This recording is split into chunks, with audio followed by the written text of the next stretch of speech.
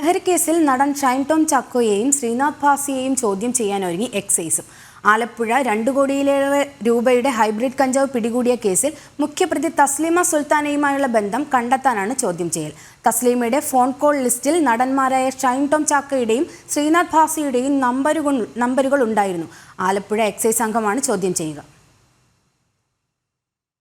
കേസിൽ തസ്ലീമ, ഭർത്താവ് സുൽത്താൻ, കൂട്ടുപ്രതി ഫിറോസ് എന്നിവരിൽ നിന്ന് ലഭിക്കുന്ന കൂടുതൽ മൊഴികൾ കൂടി അടിസ്ഥാനമാക്കിയായിരിക്കും ചോദ്യം ചെയ്യൽ.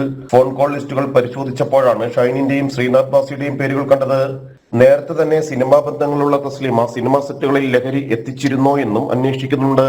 പിടിയിലാകുന്നതിന് മുമ്പുള്ള ദിവസങ്ങളിൽ തസ്ലീമയോ കൂട്ടാളികളോ ഷൈൻ ടോം ചാക്കോയെയോ ശ്രീനാഥ് ഭാസിയെയോ മറ്റു താരങ്ങളെയോ കണ്ടിരുന്നോ എന്നും അങ്ങനെയെങ്കിൽ ലഹരി ഇടപാടുകൾക്കാണോ കൂടിക്കാഴ്ചകളെന്നും വ്യക്തമാകണം. ഷൈനും ശ്രീനാഥ് ഭാസിയും താമസിച്ച ഹോട്ടലുകളിലെ CCTV ദൃശ്യങ്ങളും എക്സൈസ് പരിശോധിക്കും. കഴിഞ്ഞ വ്യാഴാഴ്ച താമസിച്ചിരുന്ന കൊച്ചിയിലെ ഹോട്ടൽ മുറിയിൽ നിന്ന് ഷൈൻ ഓടിപ്പോയത് ലഹരി വസ്തുക്കൾ കൈവശമുള്ളതുകൊണ്ടാണോ എന്നും എറണാകുളം എക്സൈസും അന്വേഷിക്കുന്നുണ്ട്.